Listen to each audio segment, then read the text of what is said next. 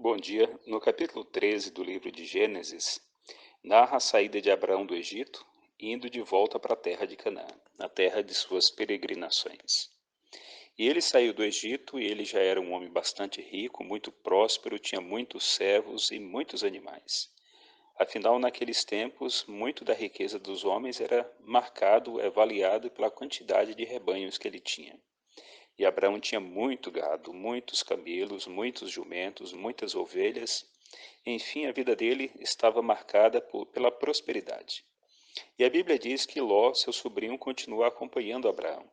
Só que Ló também tinha a sua própria gente e ele também havia se tornado muito numeroso e bastante rico também. Então o texto diz que Abraão, quando volta, ele vai para aquela região onde ele esteve, entre Betel e Ai, até o lugar do altar que outrora ele tinha feito. E aí o verso 4 diz: E aí Abraão invocou o nome do Senhor. Onde Abraão passava, ele deixava como marca um altar ao Deus eterno.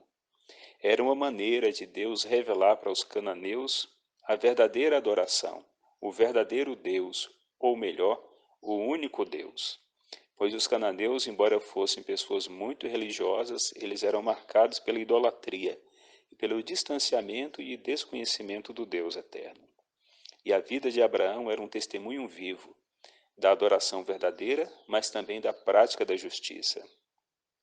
O texto diz que, como eram muito grandes os rebanhos de Abraão e de Ló, os pastores deles começaram a contender, a brigar entre si. Então Abraão, de forma muito sensata, chama Ló para uma conversa e explica que, devido à estrutura de cada um deles, que era muito grande, eles não estavam tendo condições de viverem juntos, que o ideal seria uma separação. Ali não era uma briga entre eles, ali não havia um desentendimento, era apenas uma medida sensata que precisava ser tomada para que mantesse a harmonia entre a família e não houvesse, de fato, brigas e contendas entre eles, pois já estava havendo entre os pastores de seus rebanhos. Nesse texto mostra a grande generosidade desse patriarca.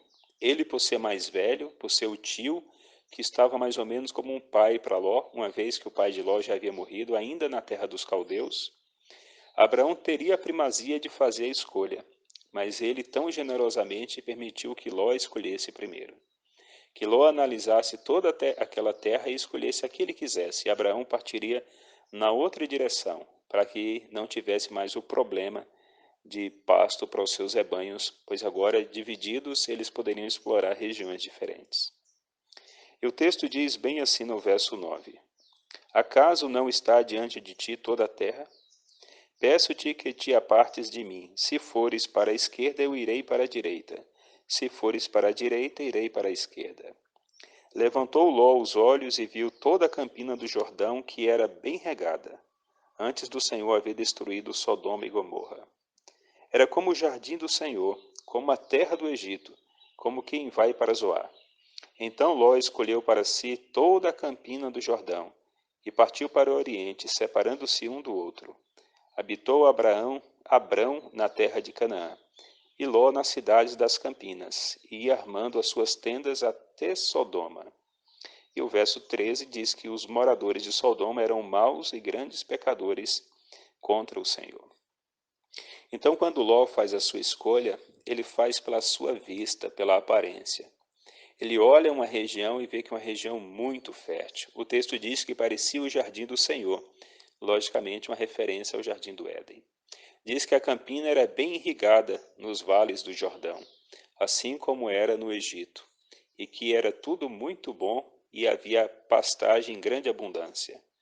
E Ló então escolhe dessa forma o melhor lugar, e Abraão então vai para outra direção, que não tinha as mesmas vantagens olhando do ponto de vista deles que eram criadores de gado. Agora, a triste história disto é que Ló escolhe as proximidades da cidade de Sodoma. E depois a gente vai ver que chega um determinado momento que Ló estará morando mesmo em Sodoma. Mas veja a aproximação, como se dá. O texto diz bem assim, verso 12: Habitou Abraão na terra de Canaã e Ló nas cidades da campina, e ia armando as suas tendas até Sodoma. Então ele não foi diretamente para Sodoma. Ele foi se aproximando, se aproximando, se aproximando, e de repente ele já estava morando dentro de Sodoma. Este é um grande problema para todos aqueles que professam ser filhos de Deus. O contato com a impiedade. À primeira vista, qualquer pecado pode nos parecer assustador e preocupante, mas à medida que a gente vai se acostumando com ele, ele passa a ser, na verdade, desejável. E aos poucos ele vai se tornando tão familiar que em um determinado momento nós já poderemos estar completamente envolvidos e dominados por ele.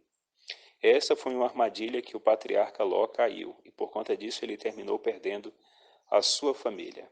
Se tivesse permanecido distante de Sodoma e Gomorra, a influência daquela ímpia cidade, dos seus ímpios moradores, não teria levado sua família a uma ruína tão terrível. Mas Abraão, então, ele vai para outra direção. E o texto diz bem assim: Deus se apresenta a Abraão no verso 14: Disse o Senhor a Abraão, depois que Ló se separou dele: Ergue os olhos e olha desde onde está para o norte, para o sul, para o oriente e para o ocidente. Porque toda esta terra que vês, eu te darei a ti e à tua descendência para sempre. Farei a tua descendência como o pó da terra, de maneira que, se alguém puder contar o pó da terra, então se contará também a sua descendência. Levanta-te e percorre esta terra no seu comprimento, na sua largura, porque eu te darei. E Abrão, mudando as suas tendas, foi habitar nos cavalhais de Menri, que estão juntos a Hebrom, e levantou ali um altar ao Senhor. Então, outra vez, quando ele chega a um determinado lugar, ali ele ergue o altar do Senhor. Ali, com aqueles que eram seus servos, ele invoca a presença de Deus. Ele presta o culto a Jeová, e as pessoas da terra podiam ficar conhecendo a respeito desse maravilhoso Deus que Abraão servia. Um Deus que não era visto na forma de imagem de escultura. Um Deus que os homens relacionavam pela fé. Não era um Deus que era levado nos ombros, não era um Deus que era transportado no lombo de um animal para lá ou para cá. Mas Abraão servia o Deus que vive nos céus, mas cujos olhos acompanham todos os moradores da terra. E todas as pessoas tinham oportunidade de ver como Abraão servia a este Deus, o Deus único e verdadeiro, aquele a quem somente a adoração deve ser dirigida. E o texto diz que Deus então fala com Abraão que vai dar toda aquela terra. É interessante esse texto porque a terra já tinha moradores, já haviam pessoas que moravam lá.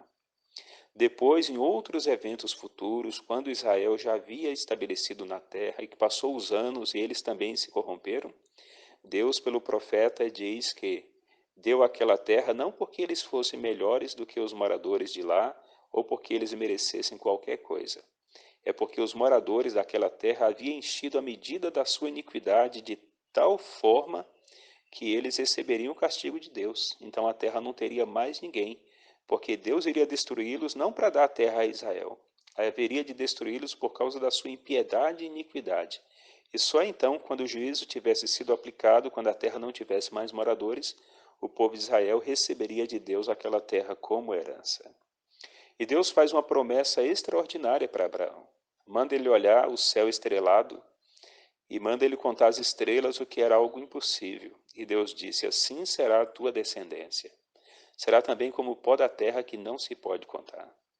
Só que Abraão já estava velho e ele não tinha um único filho. Como Deus iria cumprir uma promessa tão extraordinária como essa? De fazer de Abraão nascer toda uma descendência, toda uma linhagem que fosse conhecida em toda a terra. Isto Abraão só poderia receber pela fé.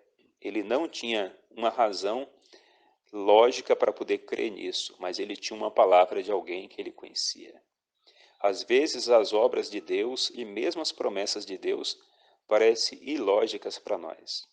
Porém, todos aqueles que confiam em Deus descobrirá que Deus sempre honra as suas promessas. E que Deus nunca fala de tal forma que engane os homens ou deixe eles presos em uma crença sem fundamento. Pois tudo aquilo que Deus diz é fundamentado na verdade. E todas as promessas que Deus faz é porque Ele está disposto a cumprir e porque Ele tem poder para cumprir. E só aqueles que creem realmente nas promessas de Deus é que se beneficiam delas, pois as promessas são sempre condicionadas à nossa fé e à nossa entrega ao Senhor. Que Deus nos ajude a termos em maior abundância o dom da fé e possamos praticá-lo para a honra e glória do nome do próprio Deus.